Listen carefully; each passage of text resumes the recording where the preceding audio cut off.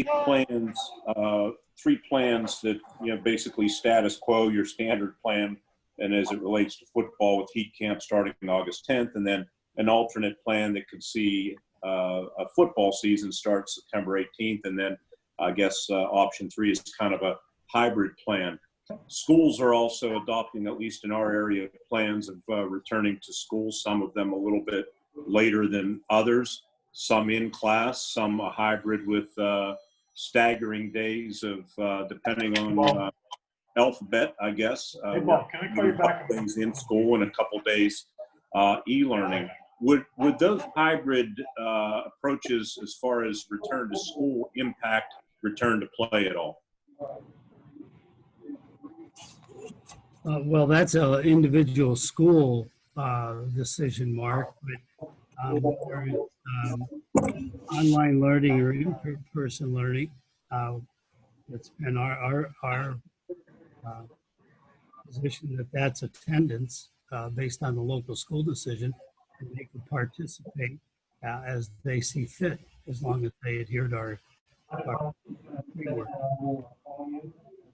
We're getting some background noise there from others, if they could mute. And who were the two that opposed Dr. Lombardi on the 30-2 vote? Mr. Bauer? Yes, and Mr. Maines, and there was one more after he cast his vote. He submitted a text to say he wanted to go on record that our guidelines don't match up with their local school guidelines. So Dr. Frericks also. So it was a 29-3. And what were the three schools or regions involved in the nay votes? The Principals Association, the Pennsylvania School Boards Association, and both of their representatives. Thank you. You're welcome. Tom Robinson here. Could you address the alternate playoff schedule, reduced formats, what the status of those are? Is that a plan for you to have on hand if you need it? And if so, could you just explain that process on what's ahead there? Yeah, Tom, thank you. The alternate plan is a champions only tournament, except for golf and cross country. Cross country, we have a formula we use where we have one team and then 5 runners, but that would be it. So we would times 12, of course, that's 12 times 12 is 144 runners. So we're going to reduce the field. Golf, we went to a 2/3 field compared to what we have now based on the number of schools that are participating, but we may have to adjust that a little bit as well. So this is an alternate, I would say an alternate tournament schedule based on the fact trying to get done before flu season hits us in November. So if there's concerns from some of our schools that we can or cannot get in the playoff season, this would be an alternate opportunity to do that. We can go through the That's a regular season. decision, a final decision to be made later, is that correct? You just have the format in place if you need it. Correct. Today. Changes. Bob, Mike White, a lot of things were in this meeting were passed, and I just want to make sure I do, maybe we all do have these right. Right now, the plan is to start fall sports on time, but it is up to an individual school if they want to start later. Am I right on that? Yes. Okay. And you release the protocols for each individual sport and overall. But there was no vote, nothing definite on a early, you talk about these playoffs. There is nothing definite about that as far as a champions only from districts or an early end to this season. Not at this time, not today. That may be forthcoming based on how the season starts, Mike. Okay. Hey, Bob, Pat Principe, how are you? Good, Pat, thank you. Um, in the alternate start scenario, if school A from a conference elects to start on time, but school B from the same conference elects to start 2 weeks later, how do you adjust? I mean, in terms of scheduling and stuff like that, what consideration was given to that? The consideration was given to that would be a local league or conference conversation. Now that that we have given this direction to all our leagues, conferences, and districts, people are going to go back and sit down and say, "No, look, how is this going to work for us? And who's going to start where?" Because the chatter that was coming in, there was a lot of people under an awful lot of pressure to delay their start for a lot of reasons, so possibly after Labor Day. So they wanted the flexibility. Not knowing that answer, which is a great question, that may impact what we do in the regular season, which then may impact what we do in postseason. So that's why the question that Tom just answered, is this for sure, is this possibly coming? Once those decisions are made, then we'll be able to answer those other questions as well. And during the season, if a team, a student athlete, or a coach tests positive for COVID, they have to shut everything down for 14 days. Is that correct? They have to follow the CDC or Department of Health guidelines, and that's what that is now. I'm understanding the CDC may change to 10 days. So that is an ever-changing dynamic. So we'll work with those organizations as we go forward. But today, what you said is accurate. So if a team has to shut down for 10 days going forward, do the games they were scheduled to play just disappear, or do they try to make them up? I'm sorry, repeat one more time. If a team has to shut down due to COVID, the games that they may have been scheduled to play during that period, do they just go away, or will they have a chance to make them up? Two things. One, they could be a no contest if teams mutually agree. But the district committee may say, hey, listen, you don't have to play that. But part of the motion that was made from strategic plan that the board was they removed the end of season deadline. So let's just say November 7th, we start postseason.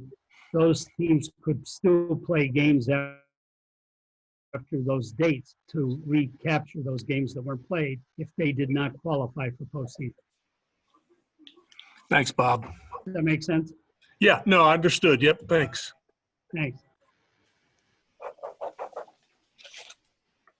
Dr. Lombardi, Bob? this is Allie. If I could ask a quick question. The next board meeting is August 26th. First week of football games are supposed to be 2 days later. Is my understanding correct that it's school by school basis, so we could have some teams starting on the 28th with their first football game and other teams waiting until September 18th? Yes, that's correct. That is correct. That's the same as we have every year. Our schools wanted that flexibility, so that is correct. Okay, just want to make sure honestly, our scheduling people are trying to make sure we're going to have some Friday night football on August 28th, so I appreciate it. I think we're all hopeful, Allie. Bob, if I could go back to the games being canceled because of a school's concern, I'm a little confused, and I'm wondering if you could clarify that, because I think it's going to be according to what I read there, if a school wants to cancel a game because of a COVID-19 concern, that is then up to the district committee to make a decision on whether it's a no game or a forfeit. I'm a little confused in that. Regular season, we're giving more flexibility for schools to work cooperatively to whether it is a scheduled game or not. However, if it's a district game, and we're scheduled A versus B and you cannot play, that would be a forfeit because of advancement. That makes sense, Mike? So in the regular season, if a school has a concern and cancels a game, that just counts as no game. There's no forfeit. What Pete submitted to the committee was this: a school that decides not to play a scheduled contest due to COVID, the principal must report the cancellation in writing to their opponent and the district chairman. The second piece of it is the district committee may consider that game as a non-game rather than a forfeit during the regular season. Does that? So it's Yes. up to the district then. Okay. Dr. Lombardi, another question. We're seeing Dr. Levine say she won't recommend or declines to recommend the PIAA's guidelines. What role does the Department of Health play in this decision? And is it possible that while the PIAA has recommended that, sports can start on time and things like that, is it possible that this could all still get shut down? Yes, we're going to do what we've done from the start, is work cooperatively with the Department of Ed. If they make a determination to direct schools not to play, and we'll adhere to that. That's the best I can tell you today. What have the conversations been like between you all? Is that the sense you're getting? The sense we're getting is we've been working together cooperatively, and they feel that this is a school district decision at this time, and that if they feel with their health and safety program that they're providing a safe environment, that they can continue. As you know as well as I do, there's recreational programs going on every day of the week all over this Commonwealth. And we believe that our coaches and schools with their health and safety plan are providing a safer environment. And I really believe that our schools need the same opportunity. What role do you think high school sports play for student athletes in terms of mental health, what general well-being? I mean, should that be part of the consideration that this is essential for these young students' mindsets? Well, Allie, there's a study out of Wisconsin that is targeted right on what you said on how important extracurricular activities are for the mental health of student athletes. I'm sure it's out there. The name escapes me while I'm speaking to you right this moment, but the answer to that is yes. Dr. Lombardi, Brian from Blue Ridge, talk about the fact that the lengths that the PIAA and the board has gone through to try to make this work, knowing that the state could just come along with a guideline and say it's all off the table now. But talk about how much of an advocate you are to really making this happen and making it happen on time. Well, Brian, yes, thank you. There has been an awful lot of effort from an awful lot of people, especially those 32 people that sit around that board table, and our staff. Our staff here, we're the 6th largest state in the country, probably with the smallest staff. And we've really been working at this because we feel it is vitally important to give our student athletes every opportunity they can to be student athletes. We are advocates for them, and we're not dismissing the school day at all. I'm sitting here with a PhD, so that says education is very, very important to me. You don't have one without the other, but this other part of education, educational-based athletics, are vital to the growth, the health, the development, and the involvement of student athletes and their ultimate success. So, Brian, we're trying our darndest. I guess I could put it to you this way. People are saying, hey, you have this what if, you have this what if, you have this what if. on all these plans. The biggest what if is this: what if we don't try? And that's, if we don't try to get something out of the season for students, I think we're failing them, and we need to do our darndest to help them become successful. Thank you, Dr. Lombardi. Dr. Lombardi, Steve Bennett from the Steve. Citizens Voice in Wilkes-Barre. How are you?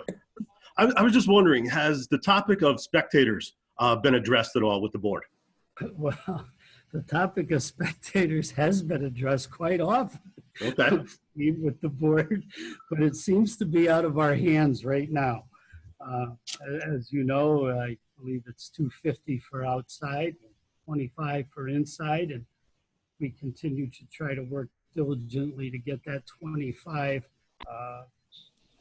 softened a little bit to assist some of our sports, of especially in the immediate fall, girls volleyball, water polo.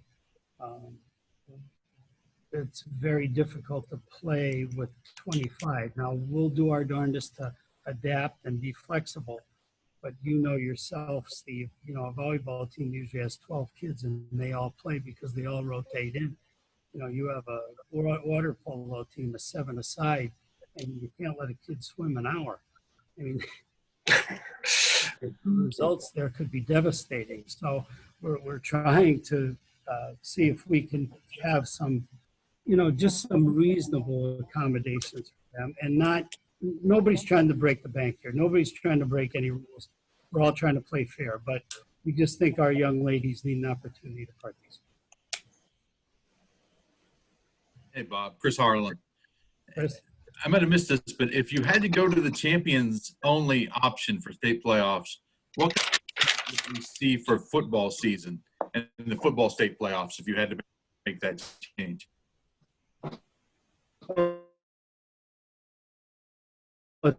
Similar to what we have right now, and it's very similar on the drawing board.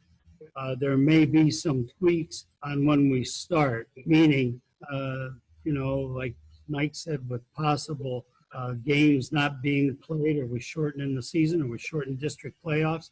Are we doing that so we can truncate the season a little bit to be done before Thanksgiving, so we can stay away from a possible flu season, those type of things, and have student athletes play in the best possible weather possible?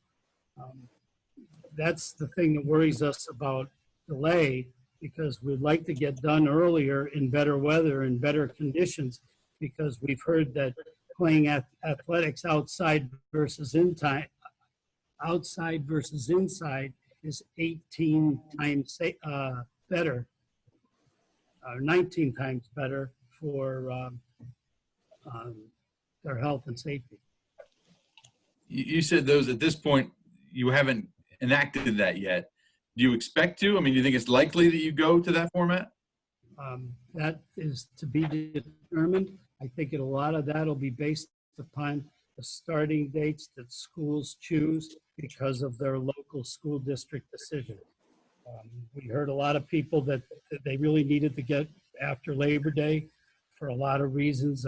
They wanted to get school started before they started activities and athletics. So we tried to give them the opportunity to do that. And we also heard from them that, well, we know we can do that now, but we want a target date. So we tried to give them some direction so that they could at least get an 8-game regular season in and still be done by the district deadline. Bob, Mike Drago, Reading Eagle. If you want to get the football playoffs completed by Thanksgiving, the playoffs would have to be shortened. Would that be on the district end? Then the districts would have to shorten their playoffs? Yes. We would probably have a short regular season, district playoffs, and then would work with the state playoffs. Bob Greenberg. How you doing? Good, Bob. I wonder if you could address the conflicting information that the residents of Pennsylvania are hearing the last week or two with a bunch of the major colleges have canceled or postponed their football and their leagues to 2021. And as of right now, the PIAA has not done that. Can you address the conflicting information where people are saying, well, why has the PSAC and the PAC and others canceled, but the PIAA has not? Well, Mike, I think the answer is easy, but they're not really thinking this through because they don't understand that kids at colleges are coming from all different states. Many colleges, if you take the Ivies, they're getting students from all throughout the world. And then when they play contests, they travel across numerous state lines, maybe even across the country to compete. Our kids are sequestered basically by going home to mom and dad or grandma, grandpa, or a guardian every night, hopefully having a good meal, doing a little studying, getting a good night's sleep, going back to school in their local communities. And except for our end game of state championships, our contests are all within a very short county area.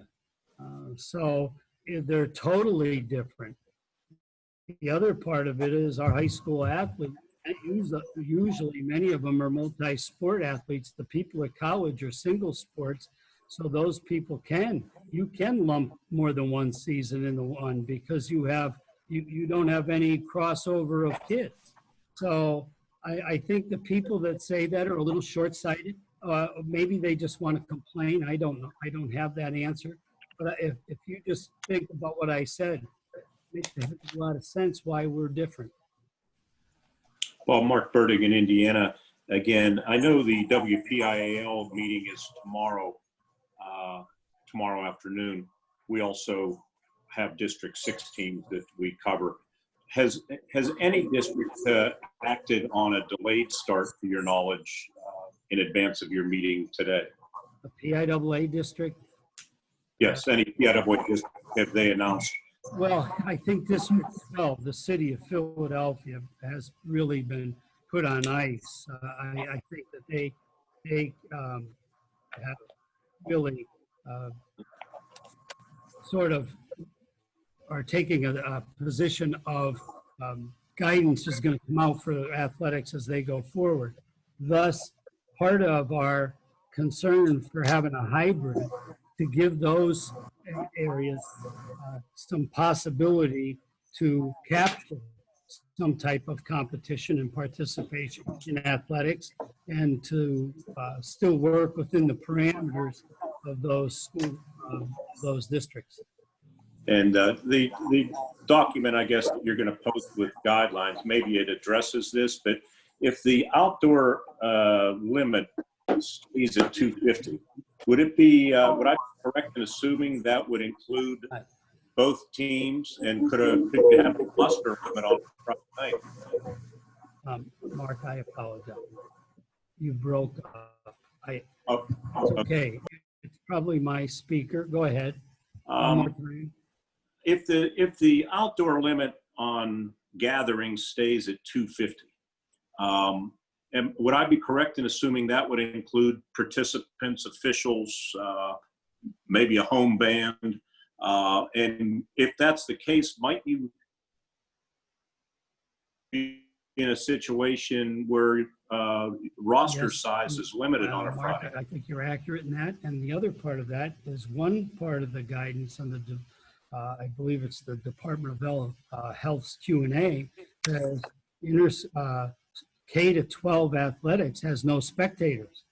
So, we get different people reading different things there because sometimes the way they write them seems to be a little unclear, because they'll say spectators in the sentence above, and then below they'll say K-12 officials, coaches, participants, 250, no spectators. So maybe that's up for interpretation. I don't think it is right now. We're anticipating in most of our scenarios, no spectators.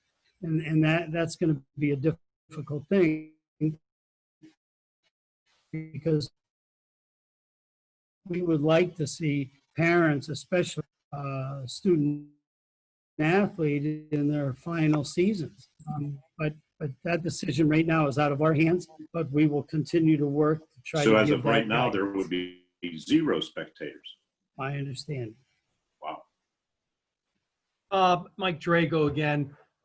Given your conversations with state health officials in the last week or so, how concerned were you with Dr. Levine's not readily signing off on high school sports going forward?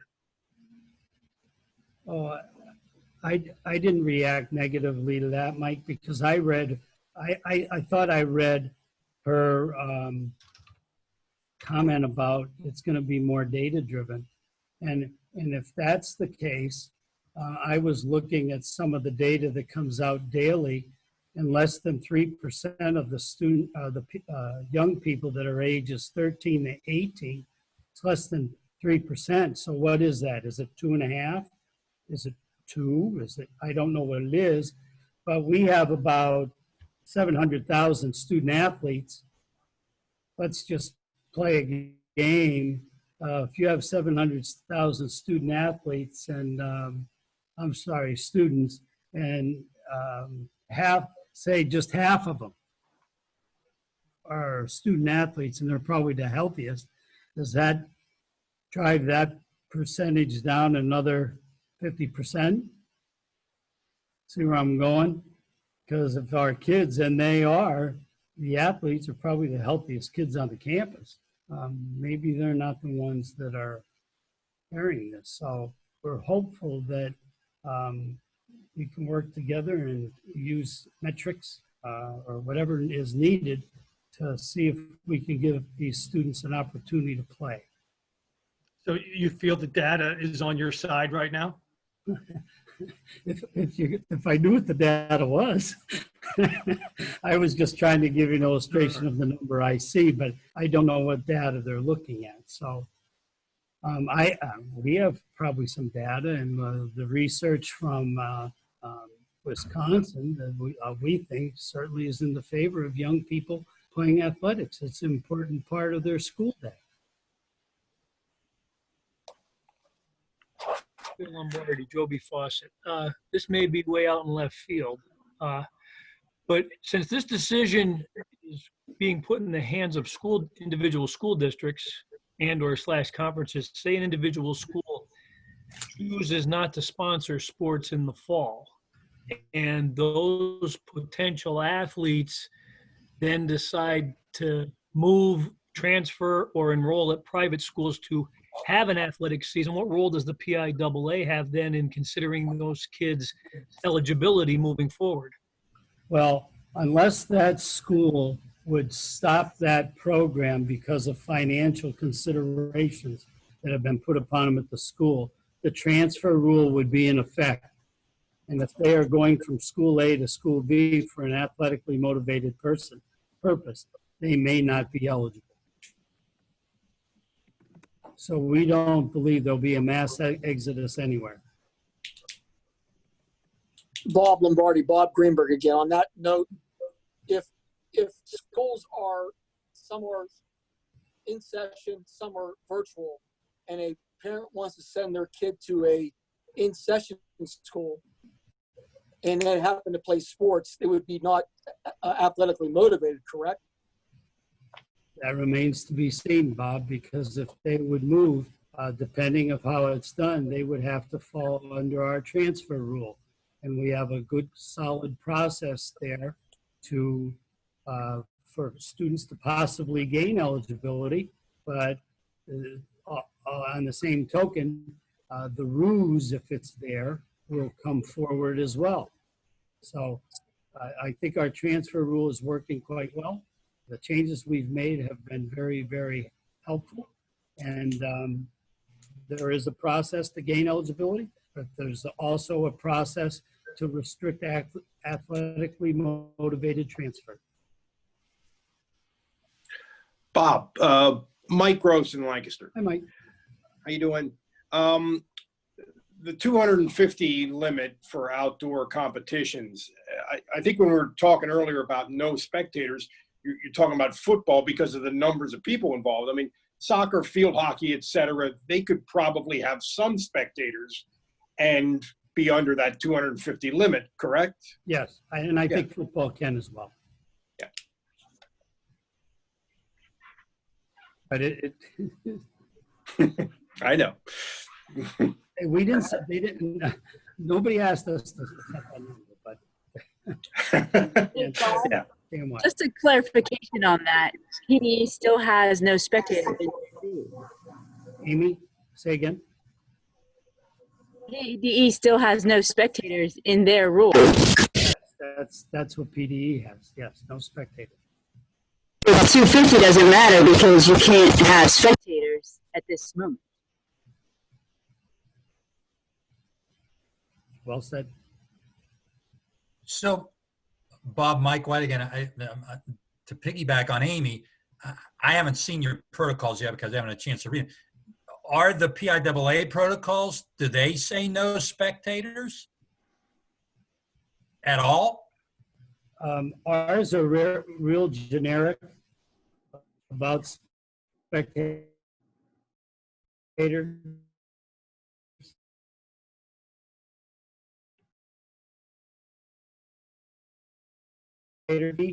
That if by chance spectators are allowed, we put some directions in there for them, considerations for spectators, but we didn't say spectators are allowed. Our first statement under consideration of our general guidelines says at this time, spectators for K-12 events are not allowed. We follow the guidance that has been put out as Amy illustrated. And Bob, is it also in the protocols that if there's an athlete in your protocols, because that was brought up before, if an athlete does test positive, that team must shut down for 14 days. Is that there right now? That is there as a recommendation and accepted out of sport medicine. Okay. And that's following the guidelines, the CDC guidelines. Dr. Lombardi, John Bauer said that he would not approve or didn't vote to approve this return to competition plan because it didn't align with the return to schools plan. Do you know specifically what he's talking about or what the concerns are there about the discrepancies? I don't. I think it's, and I shouldn't speculate. I think maybe you should speak with Jonathan, but I believe it's about some of the spacing during the school day, the 6 feet and the classroom setup, but I don't want to speculate. He's really a good person and a solid board member, so I don't want to answer for him, Allie. I'm sorry. No, it's okay. I just was wondering if he had communicated that with you, but I'll ask him. Okay. Mike Drago again. I just want to be clear about this. At this moment, spectators are not allowed. That's the guidance that we have accepted from PD and the Department of Health and the Governor's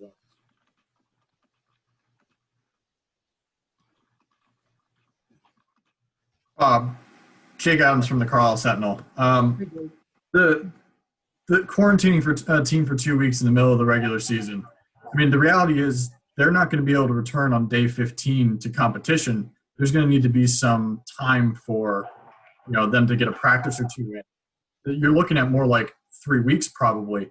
And that's also hoping that, players and coaches aren't necessarily trying, or players in particular aren't necessarily trying to go, off the books here and practice themselves to stay in shape. I mean, how fair is this to kids to come back and try and resume competition? Isn't this risking potential injury, severe injury to come back off of a 2-week layoff? I wouldn't, you're asking me to speculate a little bit, but I don't think I would because the quarantine obviously is the team, but the real quarantine is those that may have been in contact. So those other students aren't going to be sitting idly by. So I don't think there's a health risk there if it's done properly. So teams would be allowed to still practice on their own. They just can't play against any opponents during that 2 weeks. I wouldn't go that far at this time. That part of that still has to be worked through. And a lot of it has to do with the school's local policies. And they vary from school to school, Jake. What about let's say a team gets a positive test a day or two after playing someone else? What does that previous opponent then have to do, if anything? Hopefully they will be informed, and then we will move down through the protocols from the CDC and Department of Health. And last question I have for now, does PIAA have any concerns at the moment about potential peer pressure or anything like that to hide potential cases or possibility of cases in which teammates might try and push someone who might be showing symptoms to not get tested in order to not risk a 2-week quarantine, so that way they still have their season available and potential for a postseason if that's on the line? That's an awful speculative question. Do you think that wrestlers hide communicable skin diseases? I don't think they do.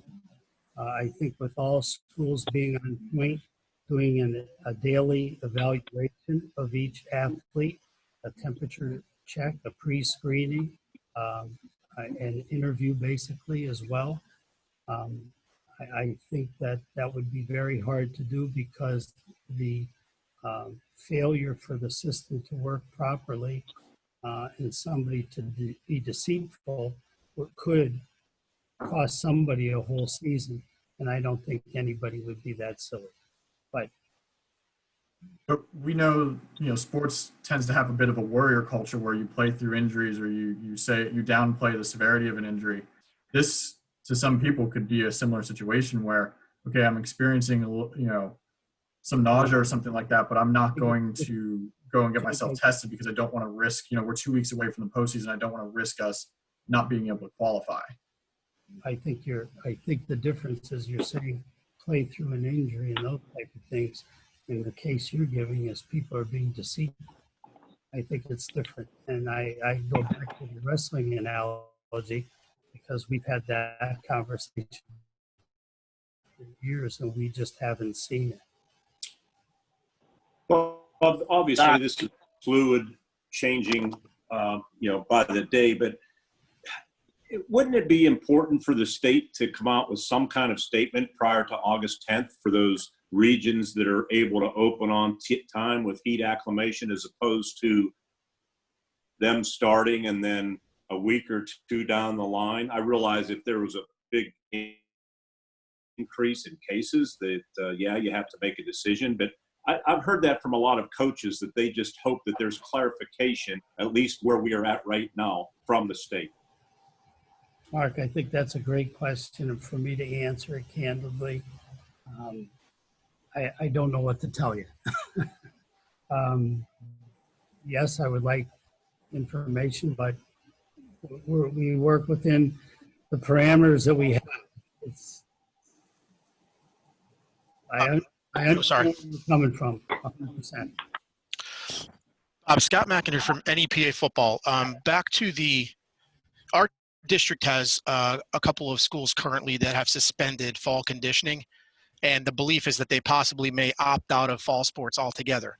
Just wanted to get clarification again on that transfer. They're two public schools, and we've had parents even send questions to our site to clarify if kids were at that school and they were affected by not having a football season, would they be subject to the transfer rules, or would they be potential to seek out a transfer so they could play their season? Subject to the transfer rule. So they would be eligible for the season, but not postseason? Would that? No, they're subject to the transfer rule. If they left school A to school B to play football and it's athletically motivated, they're not eligible at all. That's a terrible chance to take. So basically it'll be up to the local school boards then? No. Well, if the school, I'm saying, so for instance, if school A decides to opt out and not have fall sports, none of their kids have a football season. That's possibly or a soccer season or any other fall sport. Possibly true, but that's a local school decision driven by their parents and their community. Okay, thank you. Mhm. Eric. Doc, it's Eric up for Penn Live. How Good. are you? Hey, I got a question. Since the topic of officials potentially declining assignments due to COVID was part of the officials council meeting last week, A, is there a concern on the overall number of available officials? And B, would this option to decline an assignment be a week-to-week option, or would it be something that the official would have to sign and that would stretch for the full season? Eric, it's a game-to-game assignment by an official. There is no mandate that they have to work. If they have a contract, they should honor it. But if they feel uncomfortable, they can opt out of it. And regarding the number of officials, right now we seem to be holding serve. We have had a number retire. We are getting some new candidates that seem to be growing our number, but sometimes people need a little seasoning. So we're moving along. You never seem to have more than enough officials, but working together with our groups and our chapters are doing a good job doing local training. And I think we're ready to go for the season. I know from what some anecdotal information we've heard, a lot of people would really like to get the season off the ground and get back out on the field and do things that they really like being involved in. Is age a concern, Doc? I mean, obviously, I know some of the officials are over 50, and now they're going to be wearing masks. It could be well into the 90s still in September in a football game. Is that a concern that you guys have sort of addressed? We've addressed it through the officials council, and they feel that the people that are wanting to work are comfortable with that. And hey, I'm an old guy, but I think I'm in pretty good shape yet. You know what I mean, Eric? Yeah. Actually, you still hit it 320 off the box. I know. Yeah.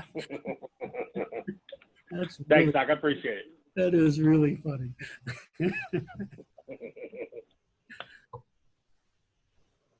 Dr. Lombardi, you're going to get sick of me asking you questions, but they just keep coming up. On the note of officials, they've already paid their dues for this season. If they choose to opt out for health reasons, what's going to happen with those dues? Well, their dues goes through a lot of the information that we've already purchased and provided. We've already bought rule books and case books, simplified and illustrated, and provided preseason lesson plans, and there were statewide rules interpreters, rules interpretation meeting. We've gone to software changes so that we could provide more meetings online and track meetings for officials. So unless there was no season at all, at this time,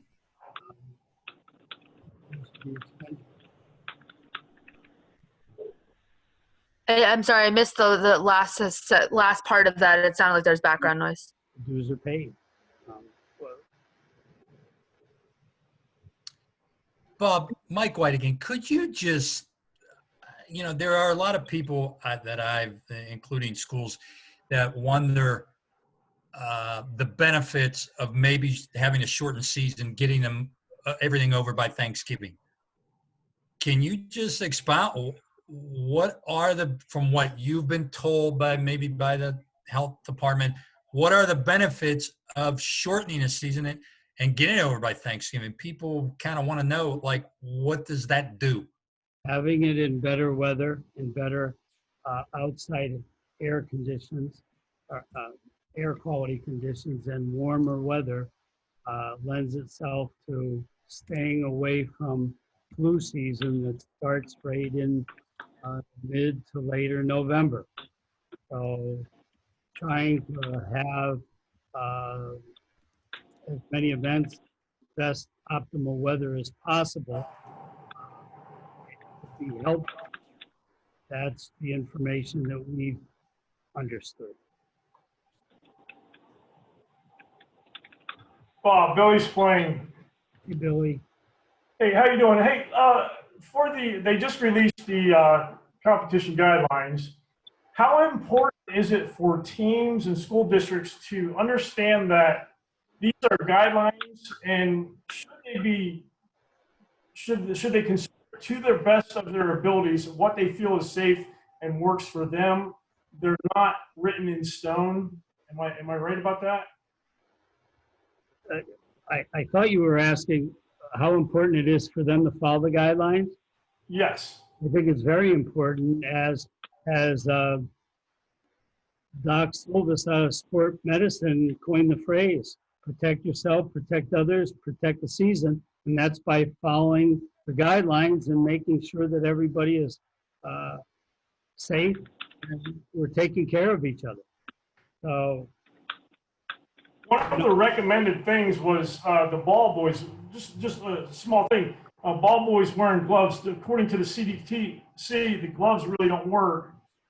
Is that something that's going to be in stone, or well, going to look at different things?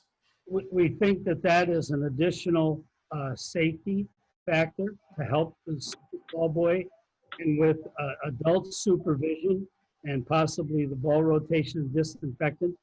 We also know from sport medicine that the possible to transmit COVID maybe by a ball is highly remote, but to not take any chances, the sanitization of it and the rotation of it with adult supervision would always be helpful. Thanks, Bob. Dr. Lombardi, another one. This virus has asymptomatic transmission, which means that you won't have a temperature, you won't know you have it, and you know it is possible to transmit that to your fellow teammates. It also is hard to trust that a 15-year-old is going to know the difference between a sore throat because of allergies and a sore throat because of COVID. Are there legitimate concerns here from coaches that we are hearing as media that this just can't work, and the pressure to get a season out is going to put student athletes at risk? Well, Allie, that's part of the daily pre-screening that each school put in their health and safety program, that when the student walks on campus, they take their temperature and they interview them the same way they interview you when you go into the doctor's office by asking you certain questions.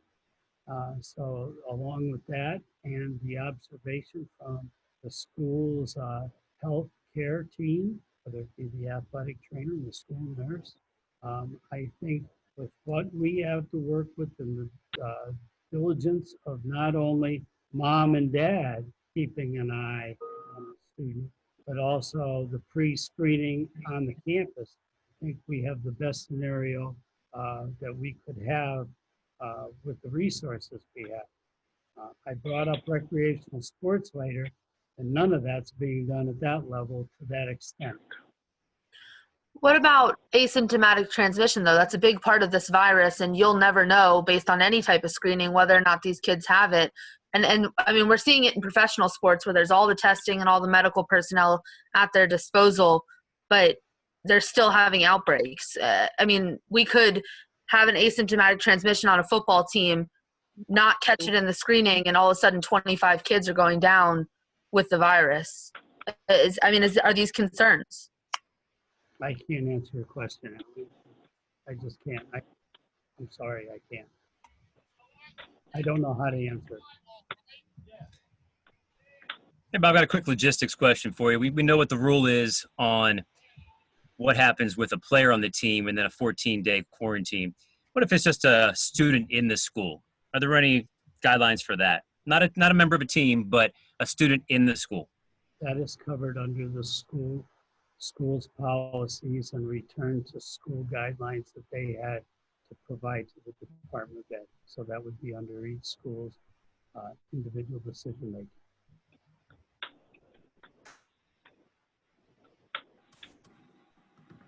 Hey, Dr. Lombardi, it's Andrew Calista. Going back to a question about officials, I'm curious about maybe if the PIAA is considering if officials do decide to opt out to maybe having an insurance policy for them if something was to happen for officials who are on the field, if there was a supplemental insurance or anything like that. Andrew, with them being independent contractors, that would be a tough thing for us to provide because then we would step over into the relationship of possible employer and employee. And we heard from our group loud and clear, and we spent an awful lot of resources and time, effort, and energy over 4 years to defend their right to be independent contractors. All right, thank you. Folks, I hate to do this, but I have a daughter that's in college that needs a little guidance. So if you wouldn't, if you would be kind enough to excuse me from class, I appreciate all your questions. If there's something that we haven't answered, give us a call tomorrow here at the office, or you can email us or whatever. I'm sure Melissa and Jen and Pat and Mark would be glad to answer your questions. But I thank you for your time. I thank you for your questions and your professionalism. And hopefully we can continue the contest. It would be healthy for all of us, I think. Thank you. Everything. Thanks a lot. I know. Thanks, Dr. Lombardi.